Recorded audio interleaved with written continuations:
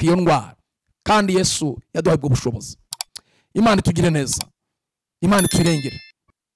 Wowe uneze amatwi, ndagira nkubwire ngo Yesu wakijije uwari umaze imyaka 38 ku kidendezi. Ndagira nkubwire ngo nawe iyo ndwara imyaka yose uyimaranye ntago biteye yenye buhumekero, ndategeka mu izina rya Yesu Kristo we Nazareti kugira ngo iyo ndwara ikire. Uyu muntu wari igihe cyose amaso amurya wikuba amaso, ndategeka ubwo burwayi kugira ngo buve ku buzima bwawe. Uyu muntu utajya ugira ibitotsi ni uburwayi nabwo.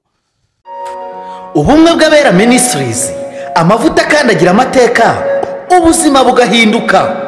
Mwiyerekwa ry'umushumba Rivera Ntambabazi Jean Baptista, ubwo yasengaga Imana yamuhishuriye abantu benshi batsikamiye n'amateka mabi, imuha amavuta ngo genda uyasuke kuri bariya ubuzima buhinduke.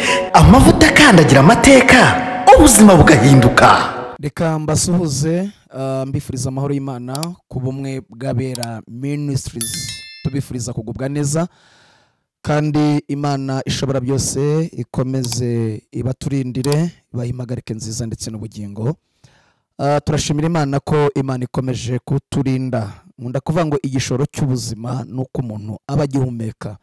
Ugihumeka byose biracyashoboka mu buzima, ni wihebe, humura. Hanyuma amazina ni Nsenyumva Janvier, mukozi w'Imana. Hanyuma rero tugize umugisha ukuboneka no ku bumwe bw'abera. Hanyuma duhawe ijambo ry'Imana tugiye gusangira. Ariko mbere ya byose reka tubanze dusenga Imana. Mana, turagushimiye mu izina rya Yesu, tugushimiye imbabazi zawe ndetse n'ubuntu bwawe. Tugushimiye kuri Imana idahinduka, ibihe byahinduka ariko ntujye uhinduka. Kuba ari kera n'uyu munsi ni kuri. Turagushimiye ko duhaye umugisha kugira ngo twumve ijambo ryawe, kandi turasabye kugira ngo umwuka wera w'Imana arusheho kubana natwe. Urakoze Mwami, bana nanjye, kandi ijambo ryaravuga ngo umwigisha agabane n'umwigishwa. Urakoze kugiye kubana natwe, ukatugira neza. Tubishime Imana mu izina rya Yesu, amen. Reka mbahe ikaze, hanyuma dusangire ijambo ry'Imana dusanga mu butumwa bwiza bwa Yesu Kristo ko bwanditswe na Yohana igice cya 5. Hanyuma turasoma duhereye ku murongo wa 5. Reka dusome ubutumwa bwiza bwa Yesu Kristo ko bwanditswe na Yohana igice cya 5, umurongo wa 5. Haravuze ngo hariho umuntu wari ufite indwara ayimaranye imyaka 38. Yesu amubonye aryamye amenya yuko amaze igihe kirekire arwaye. Aramubaza ati, mbese urashaka gukira? Umurwayi aramusubiza ati, databuja, simfite umuntu unjugunya mu kidendezi, iyo amazi yihindurije nkiza undi antanga kumanukamo. Yesu aramubwira ati, byuka wikorere uburiri bwawe ugende. Muri ako kanya uwo muntu arakira, yikorera uburiri bwe aragenda. Ubwo hari ku munsi w'isabato. Reka tusoreze aho ngaho, wowe nugira kanya uzakomeza usome hepfo, ariko reka nsoreza. Turashimira Imana iduhaye umugisha wo kuboneka hano, kandi tuje Imana itubwiye kuza hano. Hari icyo tuzanye, hari icyo tugiye kukubwira, isi itakubwira, ahubwo umwuka w'Imana duhaye kuguha. Iri jambo nuryizereramo ugiye kubona gukora kw'Imana. Byananiranye bigiye gukunda. Ndumva nezerewe cyane. Hari abantu Imana igiye kugirira neza. Imana ibaha umugisha. Hanyuma mboneho gusuhuza mushumba wacu Revera Pastor Ntambabazi. Imana imugirire neza. Ni umuntu w'Imana, mukozi w'Imana, kandi ukunda abantu bose, utarobanura ku butoni. Ni umuntu uhesha abandi umugisha, ni umuntu ukunda abantu bose. Nubwo muri iyi minsi atameze neza kubera akazi kenshi n'umunaniro n'iki, hari igihe umubiri nyine unanirwa, hari igihe abantu wenda ushobora kubata umuntu w'Imana, Imana ivugiramo ikoresha, buriya ntashobora kurwara, ariko umubiri burya nyine ujya ugira ukananirwa.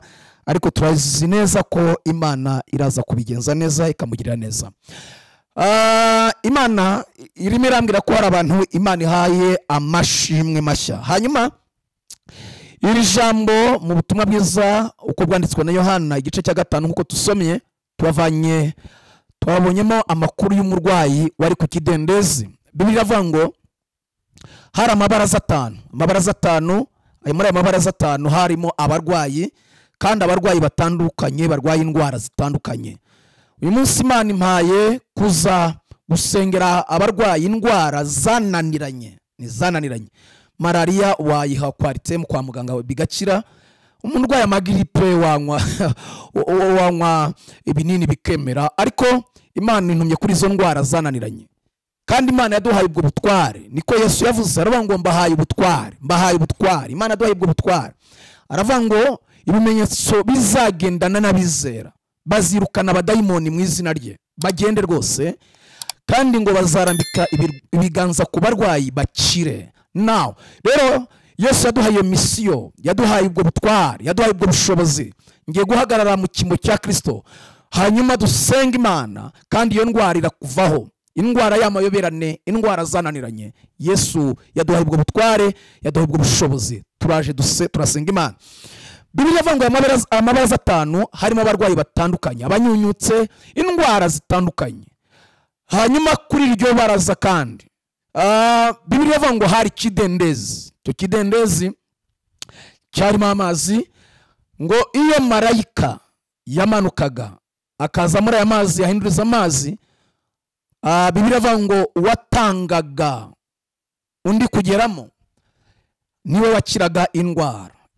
Bibiliya ivuga ngo iyo ariyo yose. Nangira ndagira ngo mvugane nawe, wowe ubana natwe hano ku bumwe bw'abera ministries, indwara urwaye iyo ariyo yose, ndagira ngo nkubwire ngo ngutangarize ngo duhawe izo mbaraga, duhawe amavuta yo kugira ngo tugusengere iyo ndwara ikuriho ikuveho.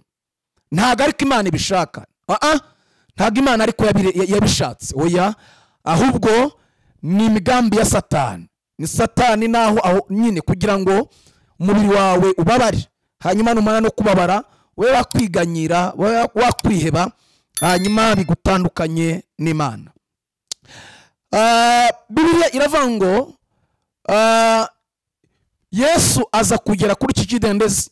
Ntago ngiye kuvuga amateka maremare, ariko ngo ahagere asanga hari icyo bita karengane. Uyu murwayi Bibiliya yavuze wari umaze imyaka 38, bari barahamugejeje, ndavuga abamuzanye kuko ntibashaka kugenda, baramuzana bamugeza kuri iki kidendezi. Bibiliya yavuze ngo ntabwo marayika yazaga igihe cyose, oya, ahubwo yazaga rimwe na rimwe. Bisobanuye ngo umurwayi yabaga afite umurwaza we, uwo murwaza we niwe witeguraga, niwe wabaga uri hafi aho areba kugira ngo marayika naza hanyuma aze gushyiramo umurwayi we. Bibiliya ivuga ngo uyu murwayi we ntiyari agifite umurwaza aho ngaho. Nkunda kubivuga, hari igihe abantu bakurwaza mu buzima bakagufasha, ariko bageraho bakananirwa. Ariko ndashimira Imana, ndashimira Yesu, aho abantu bananiriwe niho Yesu aza gutangira gukora. Uyu murwayi bamutaye ku kidendezi ahaba wenyine. Yesu ndamushima ngo arahaseruka, ageze ku kidendezi, arenga ibaraza rya mbere bari afite kivuganira, arenga irya kabiri, arenga irya gatatu, arenga irya kane, ajya ku ibaraza rya gatanu, ari uyu murwayi yarari. Bibiliya ivuga ngo iki? Ngo Yesu amubonye amenya ko amaze igihe kinini ku kidendezi, amaze igihe kinini arwaye. Yesu avugana nawe, Yesu agiye kuvugana nawe, Yesu agiye kuvugana n'iyo ndwara, Yesu agiye kuvugana n'ubwo burwayi bwananiranye warifuje. Nk'uko Imana arimo arambwira ngo hari abagiye bagerageza, bajya mu kivuzi cya Kinyarwanda, bajya mu kivuzi cya Kizungu, ariko byaranze. Ariko Yesu ampaye amakuru avuga ngo iyo ndwara irakuvaho, kandi uzafatanya natwe hano ku bumwe bw'abera ministries. Tushima Imana, ariko mujye mushima n'Imana bene data, mujye muvuga imirimo Imana ikora. Ubu dufite ikibazo, Satani arimo arakora mu buryo bw'amayoberane, buryo bugenda busenya imirimo Imana igenda ikora. Kubera iki? kugira ngo abantu be kwizera izina rya Yesu. Kandi nibutse ko Yesu nawe aho yajyaga akora avuga ikora ivuga butumwa, yarabwirizaga ariko agakora ibitangaza, indwara zigakira. Hari abantu badashobora kwizezwa no ko umuntu ababwirije ijambo ry'Imana, ahubwo bakizezwa n'imirimo Imana ikoze. You know what the truth. Abantu bakizezwa n'imirimo Imana ikoze. Mu Imana yamukiza indwara yananiranye. Haleluya. Umuntu akizera akavuga ngo nizeye Yesu nk'umwami n'umukiza w'ubugingo bwanjye. Imana tugire neza. Yesu yakizaga indwara, abantu bakihuta cyane kwizera, abantu bakamukurikira. Imana tugire neza. Yesu ajya bikora. N'uyu munsi duhagaze mu kimbo cya Kristo gukora umurimo w'Imana no kuvuga imbaraga za Yesu Kristo wapfuye kandi akazuka. Imana tugire neza. Avugana n'uyu murwayi ku kidendezi, aramubwira ngo urashaka iki? Undi nawe yavuze ngo ndashaka gukira kubera igihe amaze. Iyo umuntu atinze mu kigeragezo, icyo umuntu amubaje sikasubiza, ihungabana. Arafite ihungabana uyu murwayi, aravuga ngo simfite. Ariko kandi Yesu si kwamubashije simfite unaga mu kidendezi. Asubira muri ya magambo twasomye hano, aravuga ngo nkiza undantanga kumanuka mu kidendezi. Ndashimira Yesu agiye gukora ibyananiranye, iby'imiryango itashoboye. Yesu nibyo aje gukora. Iyo ndwara byarananiranye, wanyweye imiti, Mwuka w'Imana arambwira warivuje rwose, wanyweye imiti y'uburyo butandukanye. Urababara mu muhogo, urababara umutwe, urababara amaso, uribwa umutwe, wagira ngo ni itanura ry'umuriro bacanye ku mutwe wawe. Byaranze. Uhora igihe cyose wumva uribwa umubiri wawe, uhora igihe cyose wumva nta buzima. You know, ariko ndajya nkutangariza aya makuru. Yesu twizeye, Yesu waduhamagaye, aduhaye kugira ngo tugufashe, tugusengere, kandi Yesu waduhamagaye arabikora. Bibiliya iravuga ngo Yesu aramubwira ngo ikorere uburiri bwawe wigendere. Imana tugire neza. Uyu murwayi agira kwizera, arahaguruka ngo yikorera uburiri bwe. Reka ngarukira aha ngaha, simvuze ibizabamubonye ku isabato bamubaza impamvu yikoreye uburiri, ariko kandi ntibanashima cyangwa se ntibanezezwa nuko wari umaze imyaka 38 ari ku kidendezi abyutse, ahubwo ngo bareba ko yikoreye uburiri ku isabato. Aha naho nakwemeje ikintu gikomeye. Hari abantu rwose baba batanezezwa n'ibyiza by'abandi, ariko ndajya nkubwire ngo ujye unezezwa n'ibyiza by'abandi. Bibiliya iravuga ngo uwo murwayi yikorera uburiri bwe arigendera. Reka ngaruke rero, bishatse kuvuga iki? Tubihuze n'ubuzima bwawe. Umaze igihe kinini ku kidendezi cy'uburwayi, ndumva naje mu mwuka wo gusenya indwara Satani yakubatse ku buzima bwawe. Umaze igihe kinini ku kidendezi urwaye. Hari n'uwo Imana imbwiye wagiye kwa muganga urwaye, ariko bashyira mu bipimo byose baragupima indwara yarabuze. Ariko ndajya nkubwire ngo Yesu arategetse ngo uve kuri icyo kidendezi, ugiye kwikorera uburiri bwawe. Muri andi magambo, kuki Yesu amubwira ngo nikorere uburiri bwe agende, bivuze ngo nibihamya by'ibyo Yesu amukoreye. Nawe hari ibihamya Yesu ashyize ku buzima bwawe bigiye guhamiriza abantu ko Yesu yakugiriye neza, yagukijije. Bibiliya iravuga ngo yikorera uburiri bwe aragenda. Urwaye amaguru, byarananiranye. Hari umuntu urwaye ikibazo cyo kubura amaraso mu mubiri we, kandi uragerageza ugafata n'ibyongera amaraso, ariko byaranze. Hari abadayimoni bakonka amaraso, ubwo ni uburwayi, ariko mpawe amavuta. Amen. Amavuta akandagira amateka, ayo mateka agutsikamiye, ubwo burwayi bwananiranye. Yesu ampaye ubwo butware bwo gutegeka iyo ndwara, kandi Yesu yaduhaye ubwo bushobozi. Imana tugire neza, Imana tuyirengere. Wowe uneze amatwi, ndagira ngo ubwire ngo Yesu wakijije wari umaze imyaka 38 ku kidendezi. Ndagira ngo ubwire ngo nawe iyo ndwara imyaka yose uyimaranye ntabwo biteye Yesu ubwoba. imyaka yose uyimaranye ntabwo biteye Yesu ubwoba, nta kimunanira. Yesu twizeye nta kimunanira. Imana itugire neza. Biravuga ngo mwizere Imana mubone kugubwa neza. Amen. Kandi mwizere n'abahanuzi bayo. Imana intumye nk'umuhanuzi ku buzima bwawe, guhanura ubwo buzima bwawe, kugira ngo iyo ndwara ikumazeho igihe kinini ive ku buzima bwawe. Abo bana bawe barwaye indwara zayoberanye, Yesu antumye ku buzima bw'abo bana kugira ngo mbasenge. Indwara yananiranye Imana irimo iramishurira. Umuntu ufite uburwayi bwo kuribwa amatwi yawe arakurya cyane ariko mawe kubwirwa ngo ugiye gukira iyo ndwara kandi uzagaruka no ku bumwe bw'abera ministries. Ushima Imana, uvuga imirimo Imana yakoze. Imana tugire neza. Ndagira nkubwire ngo iyo ndwara ntabwo ari yo kukwica, ahubwo ndabwiwe ngo nigiye gutuma abantu bamenya ko Imana wizeye ari Imana ikomeye, ari Imana ikiza. Uyu muntu urwaye indwara yo kuva, Bibiliya itwereka umubyeyi wari uri mu mugongo hamaze imyaka 12 agira kwizera, akora ku mwenda wa Yesu ngo mukozeho gusa. Haleluya. Ngo icyago kirakira, ngo nawe amenye ko hari imbaraga zimukije zivuye muri Yesu. Imana tugire neza. Yesu ngo araranganyamo amaso arabati ninde unkozeho, ndagira ngo uzamure igipimo cyo kwizera ukore kuri Yesu. Imana tugire neza. Ninde unkozeho, baramubwira ngo abantu barakubyiga, nawe urabaza ngo ninde ugukozeho, ariko wari wafashe igitangaza kuri Yesu. We wabimenye ko hari cyakoretse mu buzima bwe, hari cyakoretse mu bugingo bwe, ngo atera intambwe apfukama imbere y'ibirenge bya Yesu, aravuga ngo ningi ugukozeho.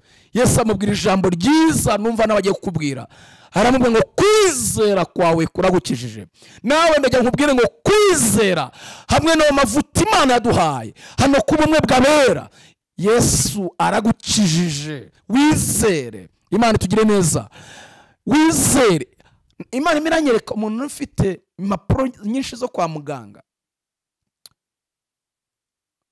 muganga, byaranze, ariko Yesu uko yari kera n'uyu munsi ni kwari, ko yakije wa murwayi ku kidendezi n'uyu munsi Yesu aracyakora.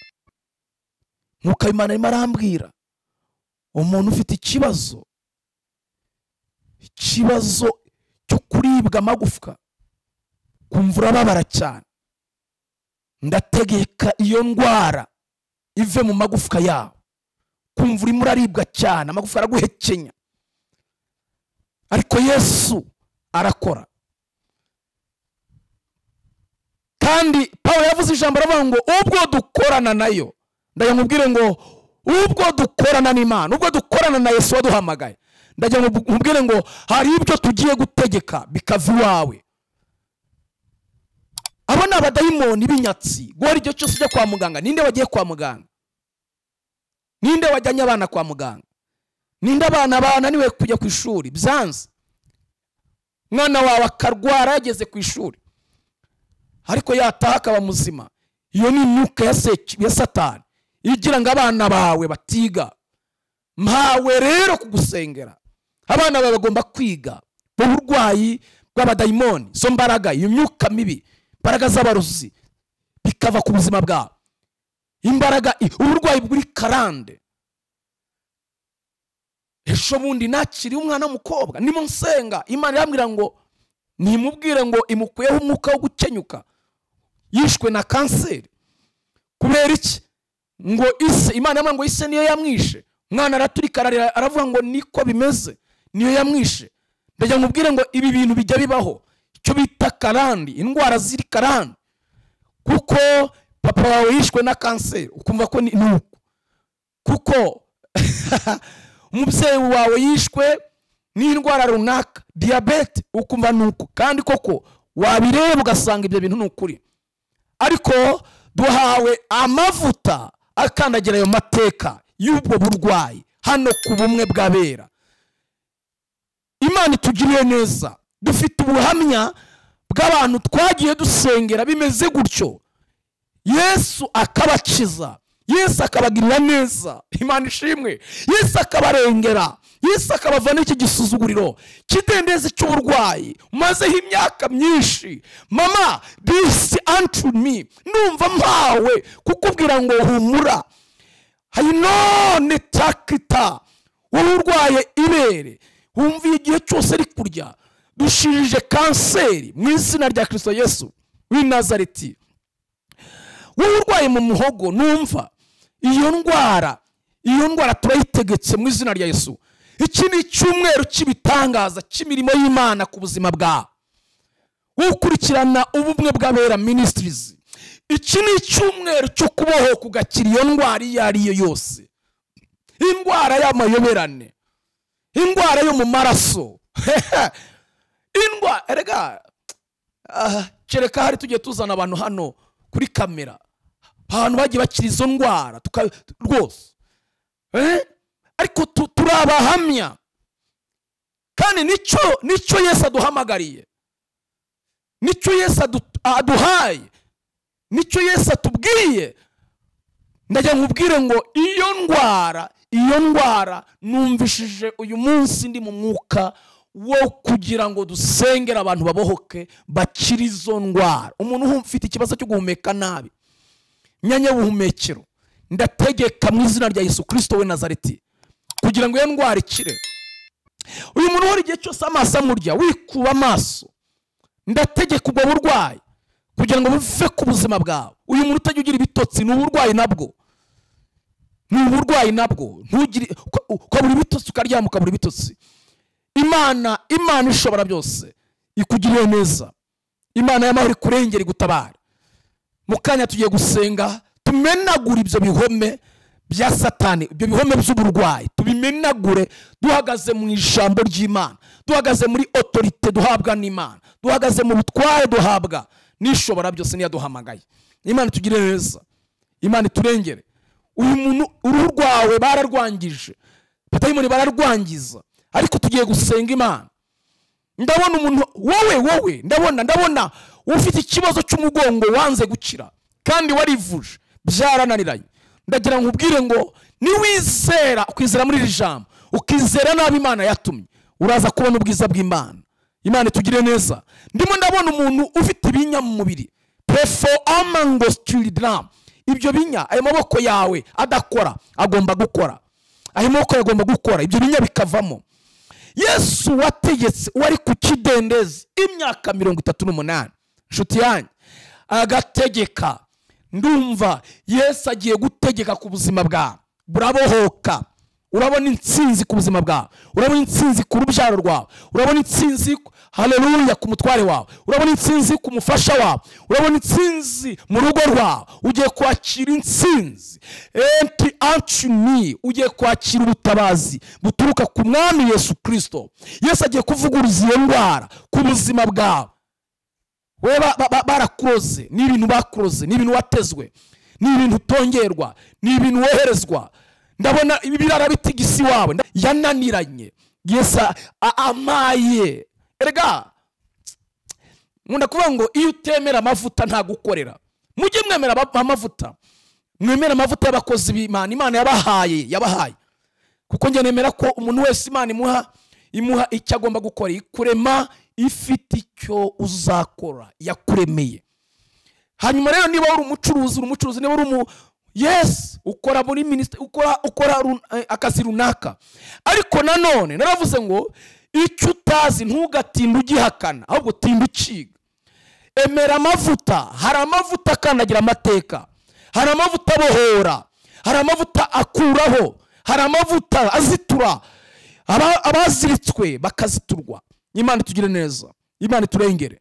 Imana imirambwira wowe ugira ikibazo cy'iseri ridashira, mvuganye na mpagaze mu butware nahawe n'Imana, iyo ndwara igomba kukuvaho. Imana itugire neza.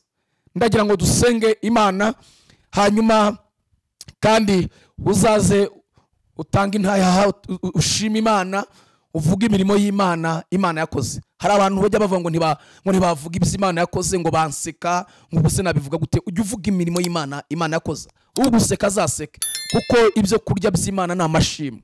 Kandi natwe dufasha abantu tubasengera.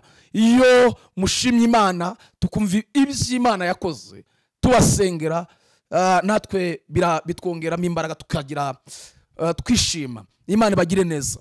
Reka dusenga Imana. Gira kwizera, nta ndwara iyo ari yo yose yananira Yesu. ntayo.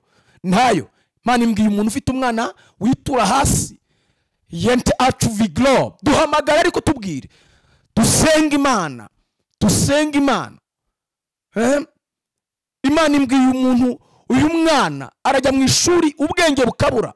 Nabwo rega burya ni uburwayi, ni imbaraga z'abadayimoni zamwatatse. Tubwire dusenga Imana, dufunge ibyo birere by'uburwayi, dufunge ibyo birere by'iyo myuka mibi iteza uburwayi ku bantu bawe. Imana tugire neza. Reka nkubwire ngo haracyariho ibyiringiro.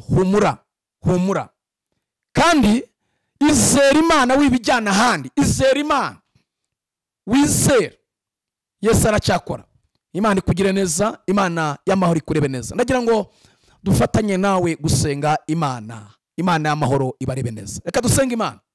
Mana, ndagushimiye mu izina rya Yesu, ngushimiye ko uri mwiza kandi ubere mwiza bakwizera. Ndagushimiye ko uri Imana ikomeye. Yesu, uko wari kera n'uyu munsi ni kuri. Wakijije umurwayi ari ku kidendezi amaze imyaka 38, kandi byari byananiranye, nta kirengera, ntawe ari kumutabara. Ni kugiye gutabara uyu mubyeyi, ni kugiye gutabara uyu mugabo, ni kugiye gutabara uyu musore, ni kugiye gutabara uyu mukobwa. Hanihita bayino declare ma fresh bidding under we know haikita dentro na mandi bilo. Urakoze kugiye kugirira neza ubwoko bwawe. Indwara zari zarananiranye ugiye kubakiza, bakazavuga imbaraga zawe. Ndagushimiye Mwami kubagiriye neza. Uyari uburibwaga, waribwaga ufite ikibazo cy'umutima, umuvuduko w'amaraso, turasenze kugira ngo ubwo burwayi buveho. Diabete tukamuye isukari, tukamuye Byose, amavuta mu mubiri we, mu izina rya Kristo Yesu. Uyu wari warabuze ibihe bye, ndamusengeye. Handikeno mayino fejita hano ku bumwe bw'abera. Imana irambwe ngo iremye amashimwe mashya. Enikita anoilo, Imana itanze urubyaro. Pikita detidima asilo, Imana irambwiye ngo ihojeje amarira bariraga hano ku bumwe bw'abera. Fensomanga nikita, Imana irambwiye ngo iremye utuzi. Prova gole shandoma, ndumva mbwiwe n'umuka w'Imana. Hari abantu barimo bamaze igihe babuze icyerekezo cy'ubuzima, ariko Imana iremye icyerekezo. I know the shereba hayikatiditnome, ndumva mbwiwe ku bumwe bw'abera. Imana itanze ibyangombwa, wowe warabuze ibyangombwa, Imana yabiguhesheje. Imana ihabwa icyubahiro. Hanyuma yo gukira indwara hari ubuzima, hari ukubona akazi, hari ukubyara, hari ukubona imibereho, hari ukubona inzu yo kubamo, hari ukwishyura amadeni, hari kuzamurwa mu kazi, poromosiyo irabonetse. Hanyuma y'ibyo indikita, Imana itanze umugisha. No market worries me, wibyo ukora Imana ibihaye umugisha. Wowe wakoreye Imana udakebakeba, ukubaha Imana, ukiranukira Imana. Yewe Imana ikugire neza. Hano ku bumwe bw'abera ndabona amashimwe y'abakobwa, Imana ibubakiye ingo. Ndabona abasore, Imana ibubakira ingo. Umaze igihe usenga, Imana iguhuje n'icyawe, iguhuje n'igitangaza cyawe, iguhuje n'umugisha wawe, iguhuje urubyaro rwawe. Ndumva Imana imbwiye mama, Imana iguhaye urubyaro rwawe. Bimeze gutya, waragiye uri mu gihugu kimwe, ariko urubyaro rwawe ruri mu kindi gihugu. Reka nabisobanurire, ruri mu gihugu cy'u Rwanda. Imana yamwe ngo iguhuje n'urubyaro rwawe. Umaze igihe ubisengera. Hakita ufata wagiye gushakisha ubuzima, wagiye gushaka imibereho, ariko Imana iguhuje n'urubyaro rwawe, iguhuje n'abawe. Hano ku bumwe bw'abera, uyu muntu warwaye ikibyimba cyo mu nda, Imana ishije kansa enikonitera mendo sansema hera enomikita velostibila enombi antuli.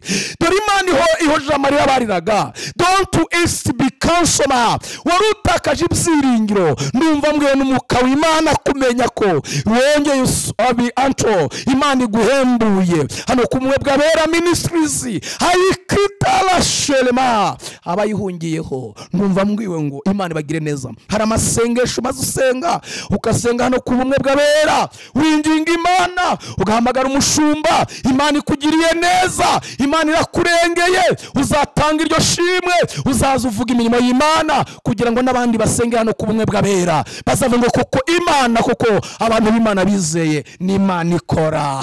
Ndumva mfashirwe. Badita seng I know remenkita, ndumva mbwiwe hano ku bumwe bw'abera eniki andilite badito ofresh mi amba. Imana itanze itanze amahoro mu ngo, ingo zari mu manegeka. Umva, Imana ikubakirwa mama, Imana iguhayemo amahoro, Imana iguhayemo ituze. Wifata icyemezo kitari oya, izere. Imana irambwiye ngo kuko wizeye Imana kandi ugakiranuka ku gatono kanini, ni Imana ivuganye nawe ngo ikugiriye neza. Hano ku bumwe bw'abera risima turifukuye iriba ryo kunywerwaho, dontrima nimubanguka munywe ku mazi meza. Dore iriba ryiza, dore umugisha, dore imbaraga, dore ububyutse, dore kwagurwa mu buryo bwose. Imana ikugiye. Numva Imana imwe ngo isaha irageze gukurwaho igisuzuguriro cy'uburwayi cyari kikuriho. Reka nkubwire ngo iby'imiti itashoboye, ubwo hasigaye imbaraga z'Imana. Ibyo abaganga batashoboye, hasigaye imbaraga z'Imana. Imana ishimwe. Byari byaranze, yego birakunze kwa Yesu. Byari byarananiranye, yego birakunze kwa Yesu. Yego birakunze. Imana ikumpe umugisha. Ayo maguru arakize. Nina andidi, ndavugana n'umuntu uri Denmark, ndavugana n'umuntu uri Canada, ndavugana n'umuntu uri Paris, ndavugana n'umuntu uri America, muri France, ndavugana n'umuntu uri Sweden. Endika, iki nicyo gihe cyawe, nicyo gihe cyawe cyo kuzamura ibendera ry'Imana, ukavuga ngo mbonye Yesu, mbonye Imana ingirira neza, Imana ikugire neza, Imana ikurengere. Kandi komeza wubahe Imana, wubahe n'abantu umwuka Imana yahamagaye bari mu mwuka w'Imana. Hari ibihumbi 7 bitarapfukamira Bayari. Hano ku bumwe bw'abera hari ibintu biryoshye, hari ibintu byiza, hari ijambo ry'ukuri, hari abakozi b'Imana, hari gusengera abantu bakabohoka. Imana ibagire neza, Imana ibiteho. Hanyuma reka muhe inimero ushobora kumushaka, hanyuma tukavugana. Ni 0776285001. Imana ibaha umugisha, Imana ibagire neza. Turashimira umushumba wacu Pasiteri Ntambabazi Jean Baptiste waruduhaye hagatuti. Imana imuha umugisha, Imana imugire neza. Ciao. Imana ibarebe neza. Ubumwe bw'abera ministries, amavuta kandi agira amateka, ubuzima bugahinduka. Mwiyerekwa ry'umushumba Rivera Ntambabazi Jean Baptiste, ubwo yasengaga Imana yamuhishuriye abantu benshi batsikamiye n'amateka mabi, imuha amavuta ngo gende uyasuke kuri bariya, ubuzima buhinduke. Amavuta kandi agira amateka, ubuzima bugahinduka.